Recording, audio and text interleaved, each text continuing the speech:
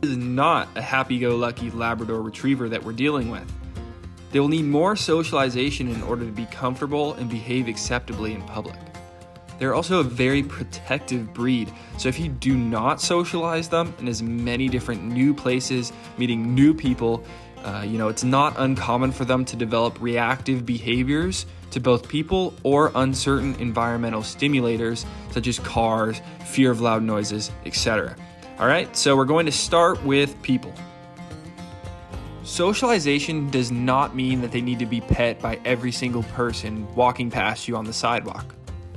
In the case of people, socialization means that they are taught to be neutral when meeting new people and be able to essentially decipher good guy from bad guy when meeting strangers or having someone over to your home. The more practice that they get meeting people at a young age, or even walking past them in busy areas, the more they will be okay with accepting new people and quickly dismissing them as a potential threat. Just want you to keep in the back of your head that this is a ranch breed, a farm dog. They are known to chase the mailman back down the street to protect their homestead. If you have a puppy, this is the time to invite friends over to your house. Get them used to people visiting, coming in and out. Take them to the coffee shop with you or let people pass by without having to say hello to every person. That's also a key point here. I will say you must teach humans to respect your dog as well. It's okay to be annoying and smother them as their owner to get them used to that, but this tends to be a very stoic breed. Know your dog and ask people to be polite, let them smell their hand before trying to pet, and look after your dog's best interest. If they look extremely stressed, they might need a break from that situation, which is totally fine. Overall, get your dog used to calmly meeting as many new people as possible. All right, next on the list, places. Environmental socialization is huge. I have found that many cattle dog owners don't even let their dogs leave the backyard. That is just a huge mistake in my opinion, especially for a young dog who needs to see the world in order to be comfortable in it later on.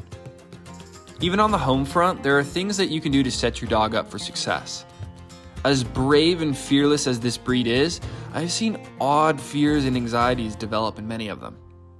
Cowboy, for example, has a fear of the leaf blower. Why? I have no idea, but it's my fault for not addressing it sooner when he was a puppy. We've been working on it and he's gotten better, but I've seen this happen to a lot of these types of dogs with similar loud noises. It's best to expose your dog to these early as possible and build experiences around them that are positive and fun. Now, I know these concepts aren't a one-shoe-size-fits-all, depending on if you rescued a dog, adopted, purchased a puppy, at what age your dog is, etc. I brought Cowboy to college with me, so he has been exposed to a wide variety of different environments and people, and he still has that weird thing with leaf blowers. So you'll really want to be as conscious as possible about this. And like I said, just building those positive associations with as many different new environments and things as possible. I literally took Cowboy everywhere with me as a puppy. The whole wait until you're 5 months old and have a dozen shots before taking them anywhere is really just faulty in my opinion. If you do that, you're going to miss critical stages in their development where they need to be exposed to these different scenarios to be able to coexist peacefully in them as adults. Now, you don't want to bring your dog into somewhere that's unsafe for their health. I would avoid dog parks if they don't have all their shots, as that is where many dog-related diseases tend to cluster. But bringing them to coffee shops, to run errands, Home Depot, etc., those are all great places to do some environmental socialization. I will note that this is an ongoing process also. It doesn't just apply to puppies or younger dogs.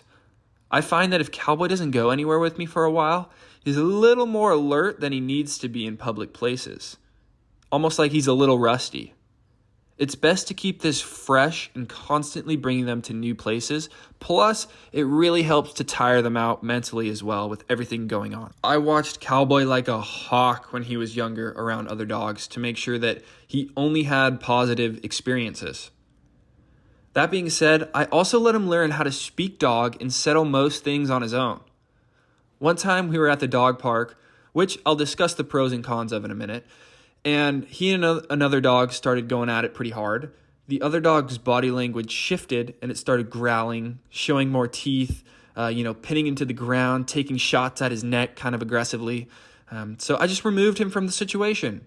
Gone. Just leave. No big deal. But how you leave is also very important should something like this occur. I didn't pick him up and coddle him and say, "Oh, it's okay, buddy." I went over, I removed the other dog from the top of him calmly. All three of us sat there calmly for a few moments, and then we walked off onto our next adventure. No big deal. Now, if that other dog came and started following us out and taking shots at him, that's where you as the pack leader have to step in and prevent that from happening. I will protect my dog by any means necessary, and I expect you to also. You really just want to focus on creating as many positive situations with dogs as possible. Learning to meet and walk past other dogs neutrally is equally as important. It's not just about playing at all. It's about being able to coexist peacefully. That goes with other types of animals as well. Horses, cats, small animals.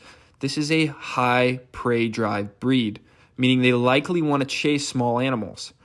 If you don't want them to, it is very, very important that you teach them how to ignore. This is much easier done as a puppy than an adult, but it can still be done no matter their age. Having them on a leash and correcting them for chasing is the most simple method. Getting around other small animals and associating them with treats is another, rewarding them for behaving calmly around these, possible prey animals. It's really going to vary from dog to dog depending on how well they were socialized as a puppy and how strong their prey drive is.